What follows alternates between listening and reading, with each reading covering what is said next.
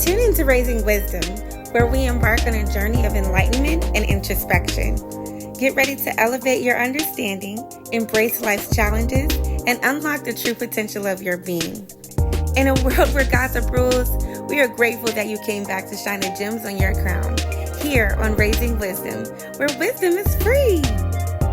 I'm your girl, Nico Sakari, the Mad Alchemist. Catch us live Wednesdays at 8, and just for some extra love, hit that like button, share, and subscribe. Welcome back to Raising Wisdom, where wisdom is free. It is here we embark on a journey of enlightenment and introspection. Together, we will navigate the complexities of life, seeking the elusive wisdom that enriches our minds and souls. So get ready to elevate your understanding, embrace life's challenges, and unlock the true potential of your being. High vibrations, I'm your girl, Nico Sakari, the Mad Alchemist, and your Zen Journey Coach. What's up, everybody? I'm so happy to be back with you. I pray that all is well. Ashe. Before we get started, I want to say rest in peace, Fat Man Scoop. I grew up listening to this man, going out to parties and skating rings, listening to all the music that he was on. He was a really amazing person with like a really vibrant spirit. I haven't really been in social media like that to know what exactly happened. I wish nothing but healing for his family and just sending my condolences here from Raising Wisdom. My sister said something like he passed out or something on the stage. My goodness, like that's awful. I really hate that happened. He is definitely a legend and he will be very missed. We're going to get into the moon phases, but let's talk about that retrograde that was had, okay? So part of the reason why you guys have not seen me is I've been so busy trying to stay busy because that retrograde had me in a frenzy, okay? I was going through, but I definitely got through the process with ease. At the end of it all, I learned my lessons and I'm very excited for the outcomes. So I'll have something posted in the description box below for Mercury retrograde. What you can do for Mercury retrograde, what exactly it is if you're confused, and what herbs and rituals that you can use to help you get through it, okay? Moving right along into the moon phase for tonight is the waning gibbous, and of course, not the waning gibbous, the waning crescent phase. This moon phase holds specific spiritual significance because this is preparation for the new moon. I believe the new moon is going to be on Tuesday. So we got a couple of days for that, but we are in the space the 3 days beforehand to where you can be making preparations for your intentions and manifestations, your rituals for your new moon. I hope you guys have taken your spiritual baths to wash off all the crazy from the retrograde that was just had. And again, with the waning crescent, this is a space for release and letting go, okay? Reflection, introspection, completion, and closure. Okay, so we have closed out the crazy retrograde and we are coming into these new beginnings. So this is a chance for cleansing and purification. Make sure that you're cleansing yourselves, you guys, because all that energy, it can stick on you. And you definitely want to make sure that you are doing the proper things to cleanse yourself, to purify yourself, purify your home, to get that funk up off you, okay? And also, waning crescent brings inner wisdom and intuition, all right, which is really important for the time coming up in regards to the new moon. So the new moon, for all my newbies, welcome. The new moon represents the beginning of the lunar cycle, and it's often associated with new beginnings, setting intentions, and planting seeds for future growth. Okay, herbs that you can use to enhance your manifestation, especially during this new moon ritual, would be sage. Sage, you guys. Sage is always good for purification, cleansing, its cleansing properties, clearing out negative energies, okay? Make sure you open up those windows when you do that as well.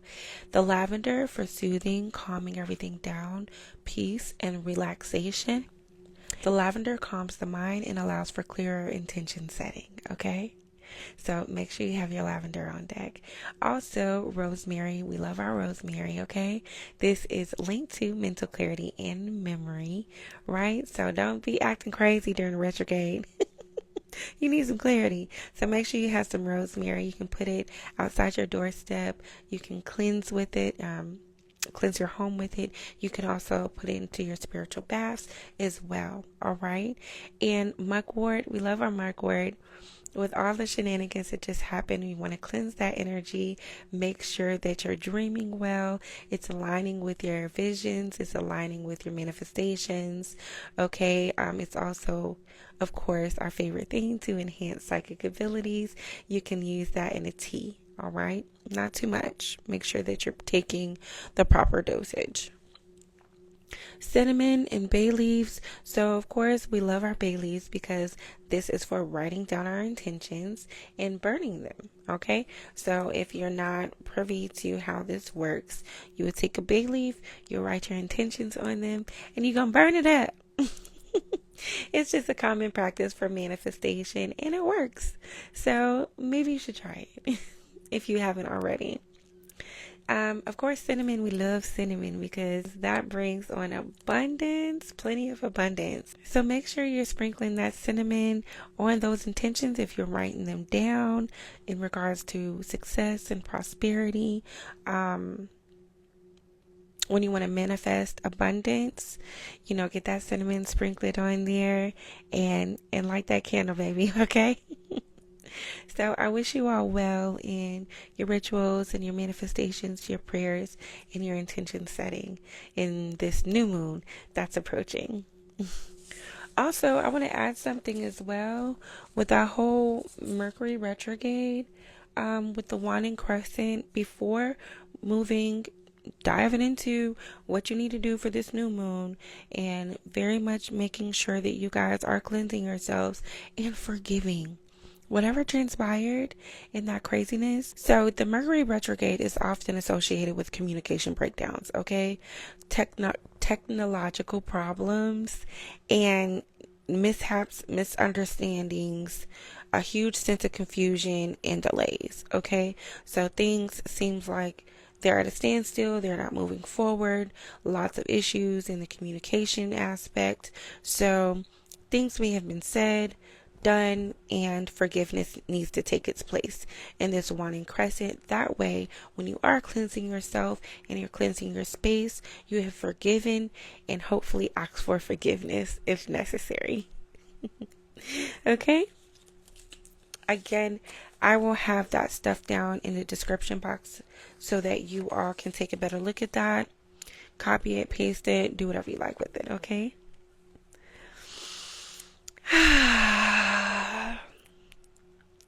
Now, let's get into it. Usually, I'm telling you guys all my business. And I don't even know. It's kind of been like the same old. And what I can tell you is that I learned some things about myself. I decided to let go of fear. Fear was really getting in the way and holding me back from moving on and moving forward in my purpose. And I had to know that it was all in my head. It's always been in my head. So if you are battling with fear just kind of being boggled down on you, just know that it's just a construct. It's not of your spirit. It's not of who you are. They're all lies, okay? Anything telling you that you can't be, you can't do, and you're not good enough, they're all lies, okay? Don't listen to that nonsense. take it for what it is. What I've been doing is something called an emotional dump, where I pretty much go into my voice notes and I'm just like, I don't know if I can do this. Whatever your doubts and whatever your fears are, you just dump it all in that voice memo. And when you're done with that, go ahead and follow up with your affirmations, okay? I guarantee you're going to feel better. You're going to feel lighter, okay? You're going to start your day off with wonderful intentions, and you can see your pathway, like, clearly. Without all the negative self-talk, we got to get rid of that stuff because it's not going to help us as a collective or individually. All right, let's stay righteous. Our topic for tonight is embracing the soft girl era. Now, I chose this topic because, you pay attention to what's going on, what's trendy, all of that stuff. But in all honesty, if you're feeling the vibration, there is a shift happening for us ladies to get back to nature, okay, to be in the same frequency as Mother Earth. And in order for us to do that, we got to soften things down a bit, right?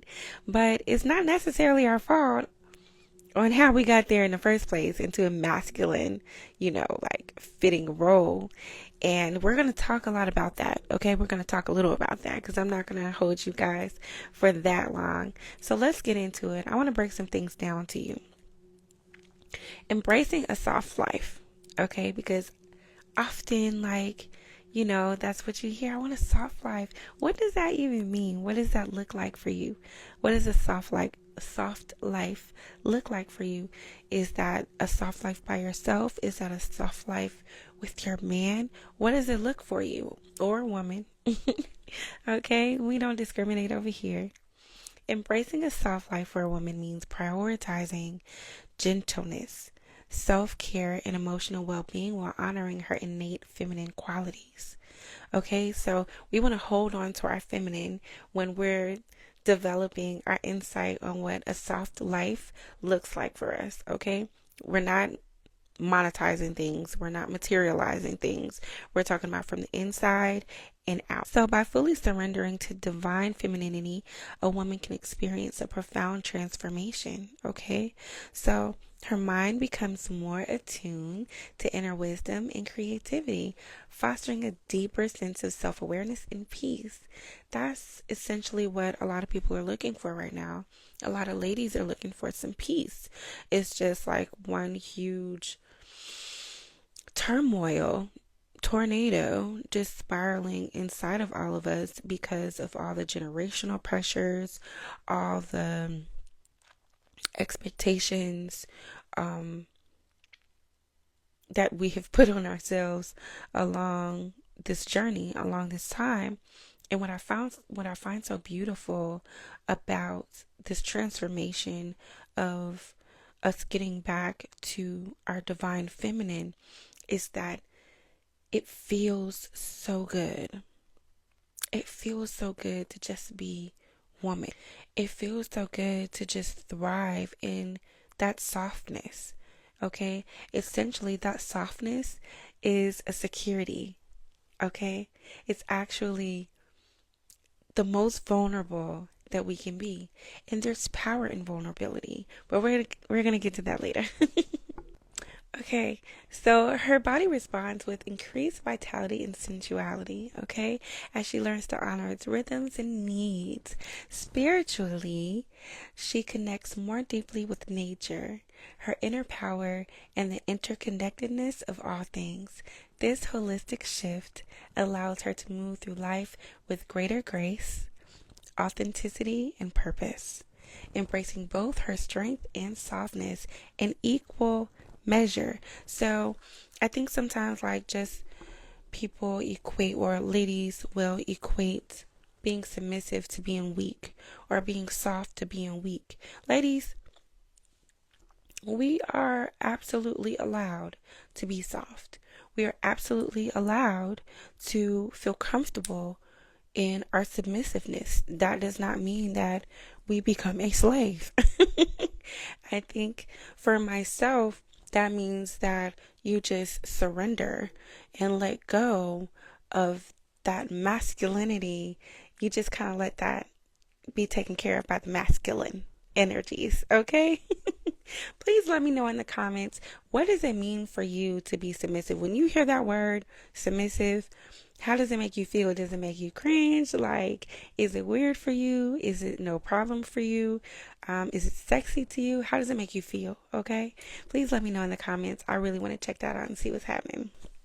So we're going to talk a little bit about how we got here, okay? How do we get in this space where we're even talking about embracing or entering the soft girl era? Why are we not already there, right? So the evolution of women's roles and societal expectations has indeed been complex, right? So with many experiencing a shift from traditionally feminine roles to more masculine associated traits and back again. All right, so it's like we don't get to stay in a space of safety, security, vulnerability, just feminine, divine femininity, because we always got to be a superhero, okay? Unfortunately, they gave us this cape and we've just been flying with it tied, okay? We're going to have to figure that out. So this journey has significantly impacted women's mental states and desires. So let's talk about that. The type of ways that it has kind of boggled down on women to where we're like, look, enough is enough, okay? I am not finna be sitting over here this super strong woman, okay? I am a woman. I'm allowed to not be strong all the time, right? I think having that masculine role and having to be in that space all the time created a burnout and exhaustion. Many women felt pressure to excel in both career and home life, okay, leading to chronic stress. That superwoman ideal often led women feeling inadequate and overwhelmed. So we have the boss era. We got women dominating in education. We have women trying to make sure that they have an equal and fair share of the way that they're paid and the way that they're viewed when it comes to their adequacy in the workforce, because often we were looked at like we weren't good enough, and just because we were a woman, we weren't going to be able to take care of the business necessary on the same platform as a man. So we always had to prove ourselves. And yes, so my apologies. I had to get this mic straight, y'all, okay? It was a little low, but we always had to show ourselves approved in all these different spaces in order for people to take us seriously. Okay, so after doing all of that and saving the world continuously, we got this, especially as heavily melanated women, we got that strong label, strong black women or just a strong woman. Often, we had to show ourselves we have to prove ourselves in these spaces to let these people know that we meant business and that we were definitely that we should be taken seriously. So we obtained labels like, oh, that strong woman, because we were taking care of our kids. We were working 2-3 jobs, doing the most for survival. I think people need to we weren't doing these things because it made us feel great inside. We were doing these things because of survival. Okay, things are expensive, okay? Kids need stuff. And if you're in a position where you may not be able to depend or feel safe to depend on the masculine in your life, then here we are. Fathers leave. We already know how the story goes. So we kind of had to pick up the pieces. Now, there's a lot of history that goes into that. I'm not here to dig into it. I'm not here to debate about it. I'm here to talk about how we became one thing, another thing, and how we're going into where we're supposed to be. All right? Alignment. That's what I'm talking about. So, because of all of that stuff that transpired, taking care of the kids, working all these jobs, trying to get on an equal playing field so that we can get equal pay, things of that nature. We got this strong label, superwoman cape, and there's an identity conflict. right? Because here I am. I want to be soft sometimes, okay? Baby, love on me. Talk to me nice. I don't want to be in my masculine all the time. My throat chakra is tired, right? Please, let me know if y'all agree, okay? Like, enough is enough. So, adopting traditionally masculine traits in the professional setting sometimes led to a sense of disconnection from feminine aspects of identity. So, some women felt that they had to choose between career success and embracing their femininity with their families and everything else.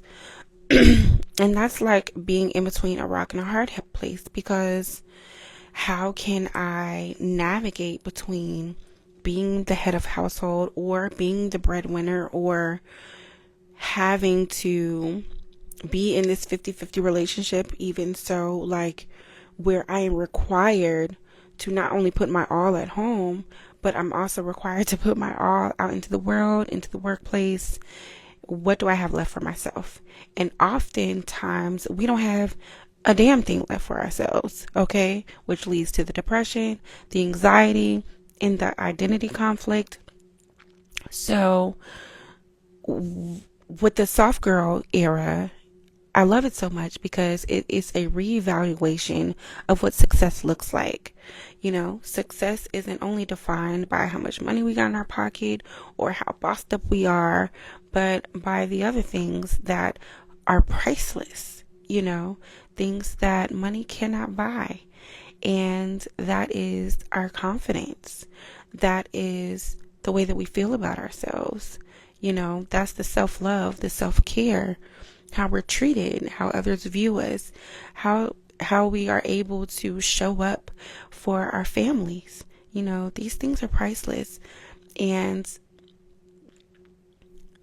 when certain things are transpiring in your life and it is depleting you from your natural state as the divine feminine, everything else falls apart. Now, I'm not saying that you got to be like a super soft girl or, you know, you're super, super feminine, because shout out to all my tomboys out there. I definitely was one when I was coming up. And I developed into the beautiful woman that I am now.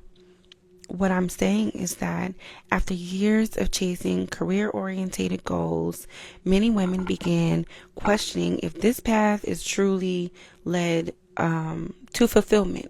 Okay? Because initially we want peace, we want security, we want a life of purpose and fulfillment. There's a growing desire for a more holistic definition of success that includes emotional and spiritual well-being. Okay? So that's what we're talking about in that aspect. Now, how has this taken a toll on our mental, right? Because, babes, we have been through the ringer all this time, but we have to remember our power and we have to reclaim our power. The high stress lifestyle associated with leaning in contributed to increased rates of anxiety and depression among women. Okay? This has led to greater recognition of the importance of mental health and self-care. Self-care, self-care, self-care. I cannot give all of me and I have nothing left for myself. Okay? That is causing serious problems among women, you know.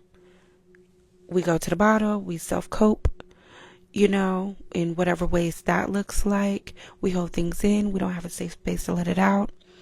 I encourage you to seek counsel, have a supporting group around you, okay? Because all of the pressures of what comes with being a woman in this climate, in this generation, in this season, it can be a bit much. But let me tell you something. It is definitely okay to put the cape down. Trust and believe that we wear different hats, and it's okay to line those hats up pretty on your rack. Okay, take each and every one of them off and make sure that you're doing some self-care. Okay, make sure that you're greasing your scalp. You making sure that you're taking care of yourself, so when you put those hats back on, it's not as heavy as it was before. All right, and it's also okay to let go of some of them hats. That's what comes with the soft girl life. a soft girl era. So the desire for balance, all right, because too much of anything is what? Toxic, right? So many women seek a balance between assertiveness, nurturing, ambition, and compassion. So there's a growing interest in integrating both masculine and feminine energies rather than favoring one over the other. So the rediscovery of feminine power, what does that look like? Right? Because we are increasingly recognizing that feminine traits like empathy, intuition, oh my gosh, the power of intuition. I think we're going to have a show and segment on that because we really need to dive in and dig into that so that you can know all the secrets that we really have within us. That makes us so special, that makes us so divine, that makes us so powerful. Okay, so empathy, intuition, and collaboration are valuable in all aspects of life, including the workplace. So there's a movement to kind of redefine what strength looks like, okay, to include traditionally feminine qualities. And that's all right. It doesn't mean that we barefoot pregnant, but it definitely means we can be barefoot pregnant with our feet up. Okay? And ain't nothing wrong with that. It's just nothing wrong with embracing your power. And we are able to bring forth life. That is something that nobody else can do. Okay? Outside of the Creator does that through us. So yes, absolutely, we should nourish ourselves. We should nourish our wombs. We should nourish each other. Speak life into each other.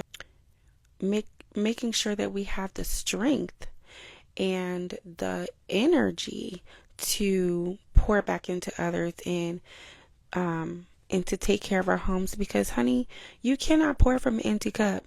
And I think a majority of us know that when you pour from an empty cup, you yourself become depleted. And don't nobody want no depleted woman walking around here, because now we angry. All right, now we got a chip on our shoulders. We got tension in our back.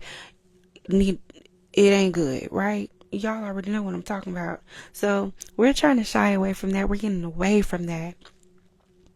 We're getting away from all of that pressure of holding everything on our backs. It's okay to let it go. It's okay to say, listen, I don't have the capacity for dealing with none of that. Okay, I don't have the capacity to be in this space right now, or I don't feel as though this situation serves me well, or this no longer serves me. It's okay to do that, because that, excuse me, that is a part of your self-care. So we're going to question these societal norms as they are in this moment. So extended time in masculine orientated roles, of course, has led us to critically examine, and challenge these societal expectations of us wearing this cape. All right. And who this resonates to is who it resonates to. Some women are okay with wearing that cape. And my sister, I'm going to tell you, you keep pushing on. All right. But baby, I got to pick and choose when I want to put my little suit on. All right. Because I'm tired. And I don't want to be beat down, boggled down, tired, frustrated, and sick, spending my life trying to please everyone else, prove myself, be in the masculine, take care of all of this stuff. Like, honey, no. Okay, enough is enough. Let's say it all together now. Enough is enough. Okay, so right now, the healing and self-discovery. So this is what's really important. Many women are now focused on healing from the stress and potential trauma of trying to fit into a masculine orientated world. So there's increased interest in practices that connect women with their bodies, emotions, and intuition, right? The community and connection of it all. Do y'all see it? Do you feel it? Oh my gosh, I love me some sisterhood, right? So after experiencing the often competitive nature of masculine dominated spaces, many of us are like seeking more collaborative, more supportive, feminine spaces. And there's a renewed appreciation for female friendship and mentorship, which is really great because when you're in that masculine, because we're like, why aren't women getting along? Why can't women get along? Well, because everybody is a man at the table. All right. We turned into men. We at each other's throats. We in competition instead of embracing each other as sisters, knowing that we can all come together. And the more that we come together, the more that we can learn. The more that we come together, the more that we can share. You know, all of the benefits that come with women coming together closer as a collective far exceeds any type of benefit of women being in their masculine, having to figure things out in friendship, for sure. So let me tell you, diamonds, it's important to note that these experiences and desires vary greatly among individuals and are influenced by factors like culture, social economic status, and personal background. I have learned so much being with a Yoruba man. I've learned so much and the differences between, other cultures and how women operate. And in the westernized world, it is a lot more pressure put on to women to be thrown into the masculine than it is in different cultures, okay? And I ain't with it. I don't want it. But I kind of already knew, like, from a young age that that's not the kind of life I wanted. I knew that I definitely want to explore my gifts and I want to use them in ways that I could be of service to others. However, just pure power, authority, dominance, I have dominion in my household. I don't have to control everything, every little thing. It becomes exhausting because you have to exert so much energy. The soft girl era represents a unique position in the evolution of women's self-expression and societal roles. So overall, the soft girl era occupies a complex and multifaceted position, reflecting ongoing societal conversations about the evolving definitions of strength, success, and self-expression for women. And it represents a nuanced shift in cultural attitudes rather than a complete rejection of previous trends or a singular fixed ideal. Embracing the divine feminine and its connection to the soft girl era can have significant benefits for a woman's emotional, spiritual, and mental health. Okay, so how is that possible? What does that look like? Okay, so for emotional health, we're looking at self-acceptance. Embracing the divine feminine encourages you to accept and love all aspects of yourself, including traits traditionally seen as weak or too emotional, all right? And emotional intelligence promotes the development of emotional awareness and expression, leading to better relationships and self-understanding. And reduced stress. We are leaving this earth, ladies, because of stress. I recently had a colonoscopy. Long story short, the results came back. They removed 3 polyps and they were all precancerous. So had I not listened to my intuition, listened to what my body was telling me, your girl could be up here having a whole nother story right now, okay? So all praises to the Most High for that being a testimony of victory over my health and my body.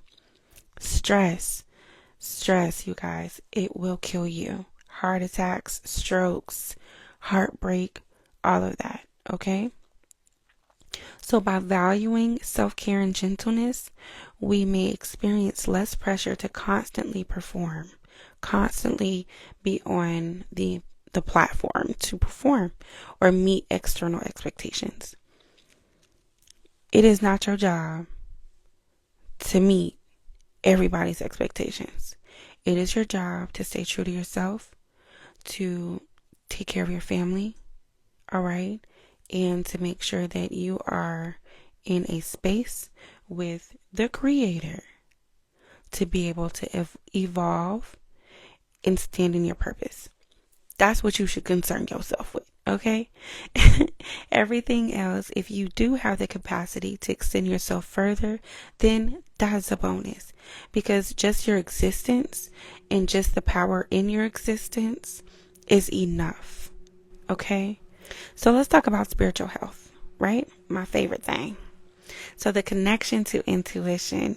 The divine feminine often emphasizes intuition and inner wisdom, helping women trust their instincts and inner voice. So listen to spirit, okay? You hear it talking, listen, and it's okay to do so.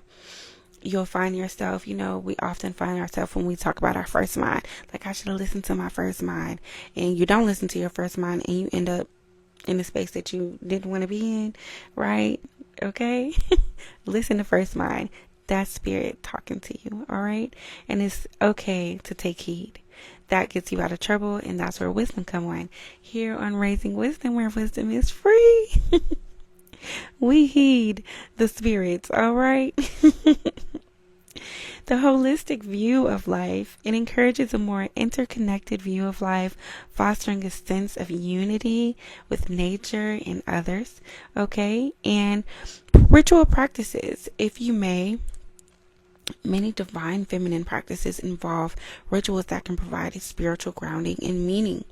So we talk a lot about that stuff, these spiritual baths, when we're cleaning, all of these things that we just naturally do to live. There's rituals in that you can incorporate into your life to make things calm for you, to make your home peaceful, to give you insight. So if that is something that you are interested in, please reach out. I'm very much willing to get you on the right path, and we'll go from there. Okay? And our last thing would be mental health, right? Reduce anxiety. Embracing softness and vulnerability can alleviate the anxiety that comes from always trying to appear strong or in control. One of my things that I realized during this retrograde was that I want to release control.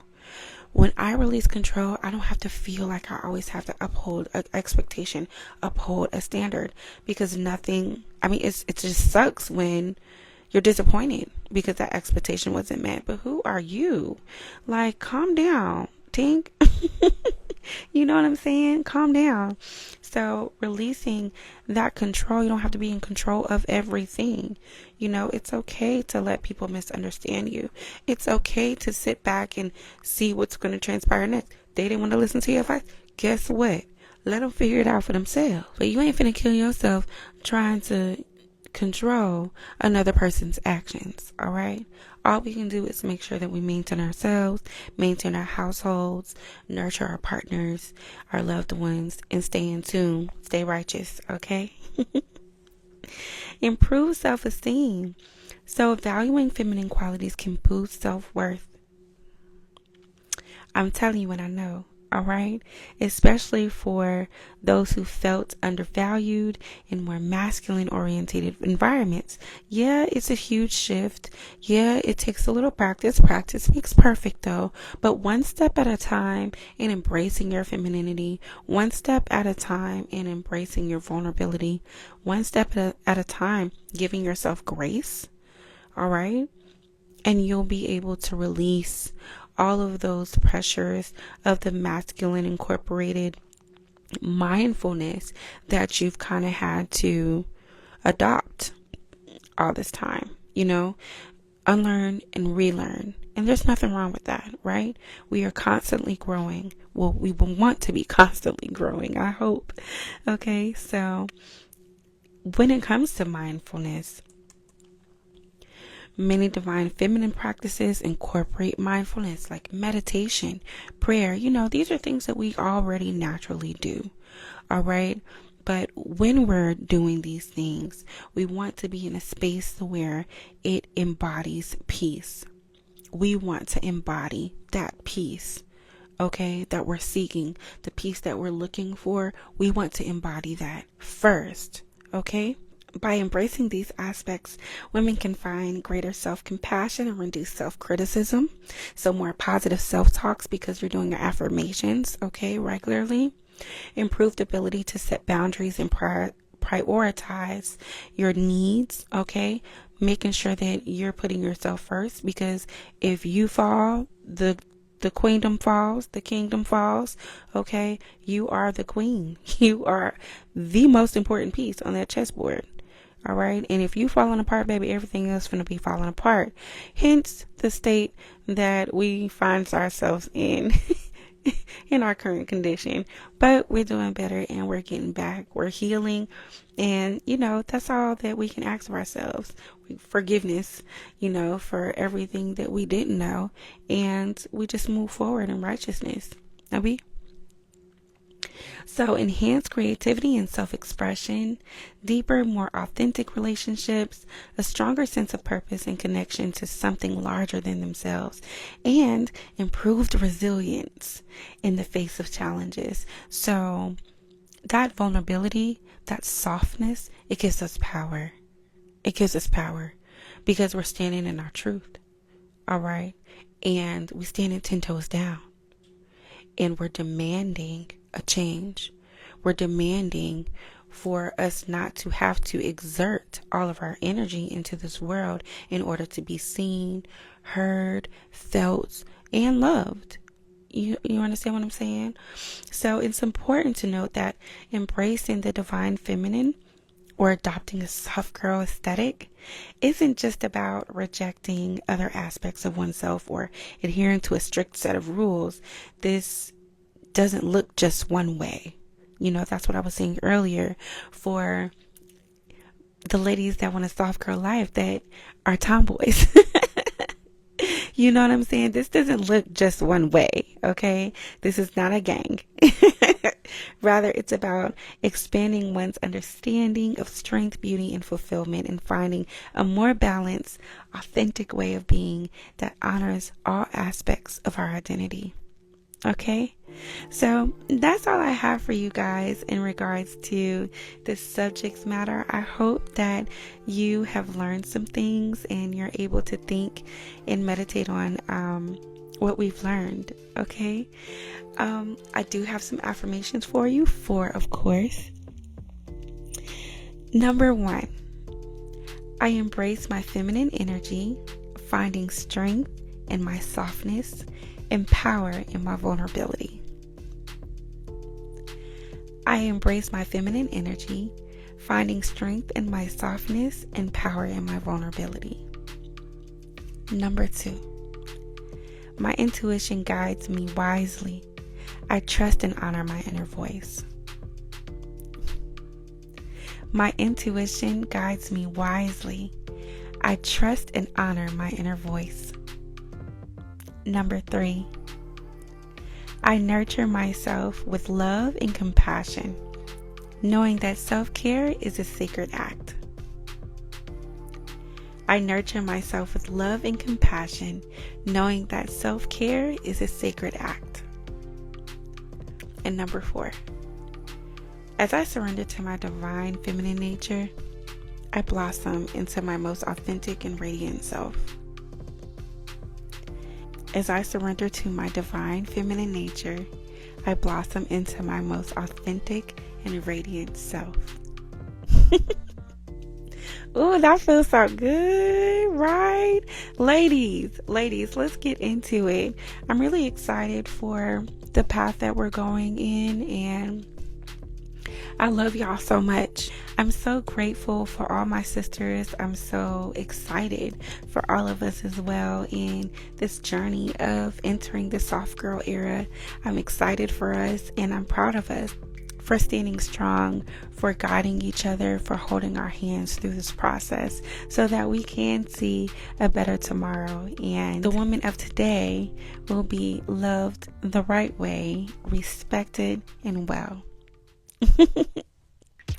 In a world where gossip rules, I am so grateful that you came back to shine the gems on your crown here on Raising Wisdom, where wisdom is free. So have a blessed and prolific week. Make sure that you hit that like button, share, and subscribe. Love with light. Peace.